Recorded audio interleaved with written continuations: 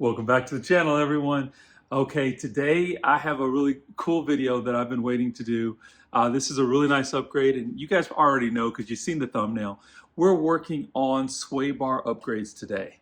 So most of you guys, if you follow the channel, you guys know I'm already running on coilovers. So I run the BC coilovers.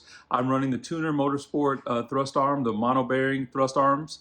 So we have that upgrade. Also running the G30 brakes, and we're going to address these sway bars today. So what I'll do is I'm going to turn the camera around, show you guys what we have. I'm really excited about this, and this is going to be a little different because my initial thoughts were I was going to go with the H&R sway bar kit. That runs around $700 to $800 depending on the site that you find. The one that I really wanted to go with was the Ibok kit because they had a front and rear kit. But from what I can see, they've actually kind of discontinued the kit. There are some resellers out there that are selling the kit, but again, it's still around that $600 or $700.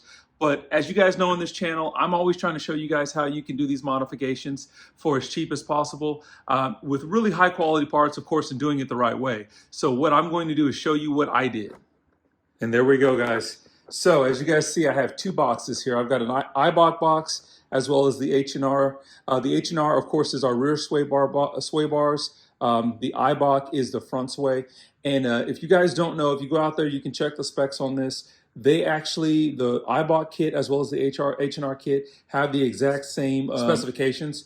So diameter-wise, these upgraded bars are going to be identical as far as you look at when you're comparing front to front and rear to rear. But if you go out to Ibok's site, what I was able to find is directly on their website, I was able to purchase this for around $129 for their front sway bar. And then the H&R rear, I was able to find online for around $270-ish. So instead of paying $800 or $750 to $800 for this kit, I'm able to get this entire sway bar upgrade done for around $400. So let me open up these boxes real quick and I will show you our new bars. And there we go, guys. So we've got the front and rear sway bars out of the packages. And man, when I tell you that front sway bar is beefy, that thing is solid. But both of them come with the new bushings that are going to be necessary. And again, I looked at a lot of different sway bar options here. I saw where some guys were going with M5 sway bars, things of that nature. But hey, this kit made sense to me. Again, the rear sway bar of the H&R is the exact same diameter as the one that comes with the Ibok kit. So it should give you the exact same feel in setup as going with like a full Ibok kit or even a full H&R kit. But this gives us, gets it done for a lot less expensive. So it's almost half the price depending on where you're picking these up from. So I'm really, really excited about this. So right now, I've got the car, started to get it up in the air. I'm going to go ahead and drop my front skid plate, and then I'll go ahead and start removing the sway that's underneath there, and then we'll go ahead and get the rear of the car up in the air and do the same. This should be a pretty easy, straightforward install, but I will try to get what I can for you guys on camera.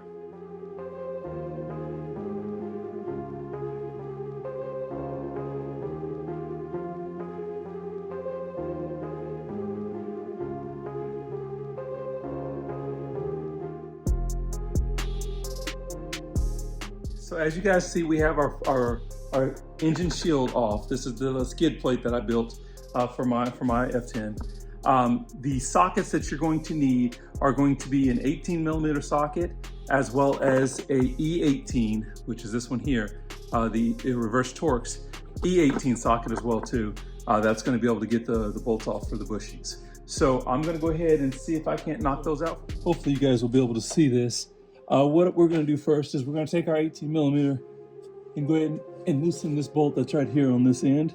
Once we're done with that, we'll go ahead and loosen these two here. We're not removing them, just kind of loosening them up. We'll see if we're able to get this off with our impact. If not, we'll have to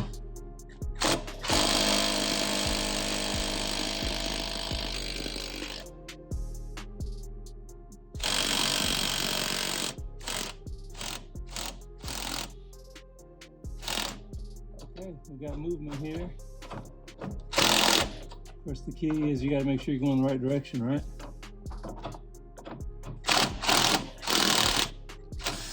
There we go. so that bolt there is off. That's from the sway bar end link. Now we're just gonna go ahead and see if we can loosen the other two. And then we'll do the same to the other side. There it is. So make sure to find my socket. And then I'll have to look up and see what the torque settings are to get these torques back down.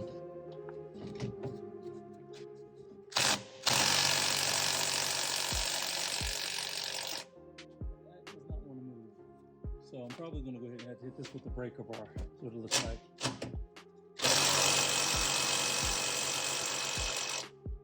That's what we'll do. So let me grab my breaker bar.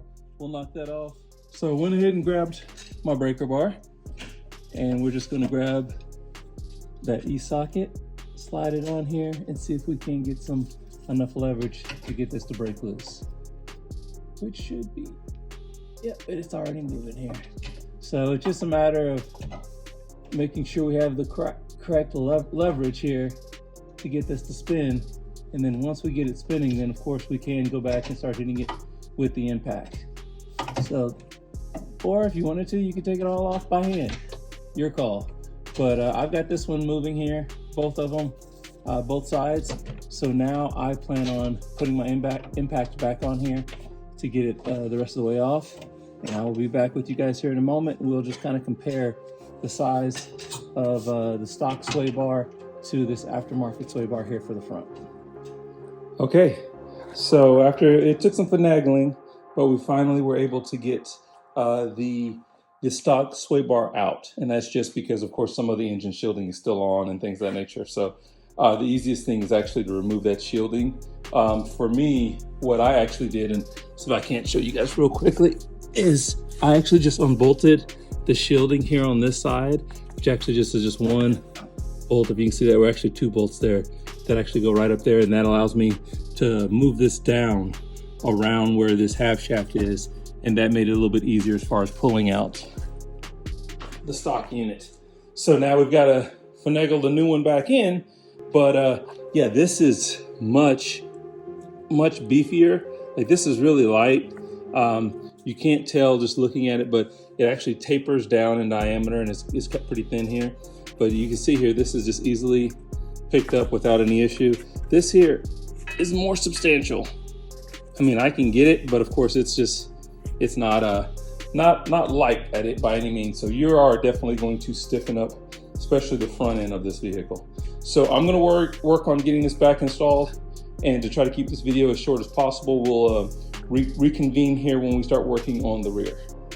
Okay, so before we move on to the rear, just want to show you guys how that Ibok has been mounted. It looks so much nicer, so much cleaner and beefier. So what we're going to do here is I'm going to go ahead and throw this engine shield back on real quick, and then we will put the rear of the car up in the air and get started there. All right, guys, so as you guys can see, we've moved to the back of the car. We have those electric cutouts, which still look pretty cool, I'm not gonna lie. Man, this rear sway bar is so small, it's ridiculous, and we'll get you guys a close-up of that here shortly. As you can see, I've already started loosening up the bolts that are holding on the sway bar bushing there. The other bolt comes up here, which I've already taken off as well too on this side. Super easy. One thing just to mention, because last time it was not an issue on the front of the vehicle, but you will need, in most cases, this one here happened to be, I think this is a T30, I can't remember exactly, but in most cases you'll actually need some sort of T socket or a T bit to fit into the head of the bolt here, and then you can actually use your wrench to remove the bolt, and that's for your sway bar end links, because if not, what'll happen is those will just spin. I got lucky up front where mine actually spun off without any issue, but here when I came back here to the back, that did become an issue, so I did knock that one out. So I'm gonna go ahead and drop this one over here. I'm gonna go ahead and knock this one out on the other side. I'm using a 16 millimeter to remove the bolts on both sides. Very easy. I won't bore you guys with this because this is a pretty easy installation, but what I will do is here in just a minute, I'm going to give you a side-by-side comparison of the rear sway bar as well. So yes, we are getting the work done. And as you guys can see here, that is insanely small compared to, now the H&R, the rear sway bar, again, not anywhere, to me it's not, of course it's not as thick as your front. Your front's gonna do all of the work really. This is really to kind of balance out the rear end. But man, the diameter on that original is just so small. As you guys can see here, comparatively next to it, the rear sway from H&R is much beefier. This is actually heavier as well. You're gonna have some weight there, but yeah, that should do a lot better job of, again, balancing out the big increase on the front with the Ibok front. So I'm gonna go ahead and get this back in. One other quick thing, part of one of the hardest things really is kind of finagling this bar out. So I was actually loosened up some of the bolts so that I could lower my exhaust in the rear just a little bit. And then I was able to kind of snake out the existing bar, but that is kind of a little bit of a more difficult piece there. What I may try to do is I may try to put the new bar in place before I put the bushings on, because the bushings are just making it even a little bit more difficult to kind of get the bar out of its mounting place, or basically kind of getting it snaked out between the exhaust and the subframe. So we're gonna give that a shot, see if that helps out, but we'll get back to installing this rear. Okay, so installation is now complete. Let's see if we can give you guys a good look here. There you can see that H&R bar installed. That sway is looking nice and tight. So next step is just to put the car back on the ground, get some driving impressions, but this installation is pretty straightforward. It's pretty easy. Both sides, you're looking at 6 bolts on both sides to get your sway bar out. And then of course 6 bolts to get it bolted back in. Some of the most difficult pieces for me in my mind is really just trying to work each one of those sway bars out, or within, trying, like I said, the rear exhaust, you're trying to get it removed without having to drop the entire exhaust. And if you have to do that, you have to do that. I was able to get mine around that exhaust. Same thing when it comes to the front sways, you're just trying to work it around some of the your plastic shielding and things of that nature. It may be best for you just to remove the shielding. That's really up to you. So again, trying to keep this video short. I will follow back up with you guys at a later time on driving impressions. I'm sure that this is going to feel the car a lot more planted. It'll actually won't have as much body roll, so I'm really excited about that. So if this is your first time to the channel, guys, make sure you subscribe. Keep coming back for more content, guys. Everyone be safe, and we'll catch you guys in the next video.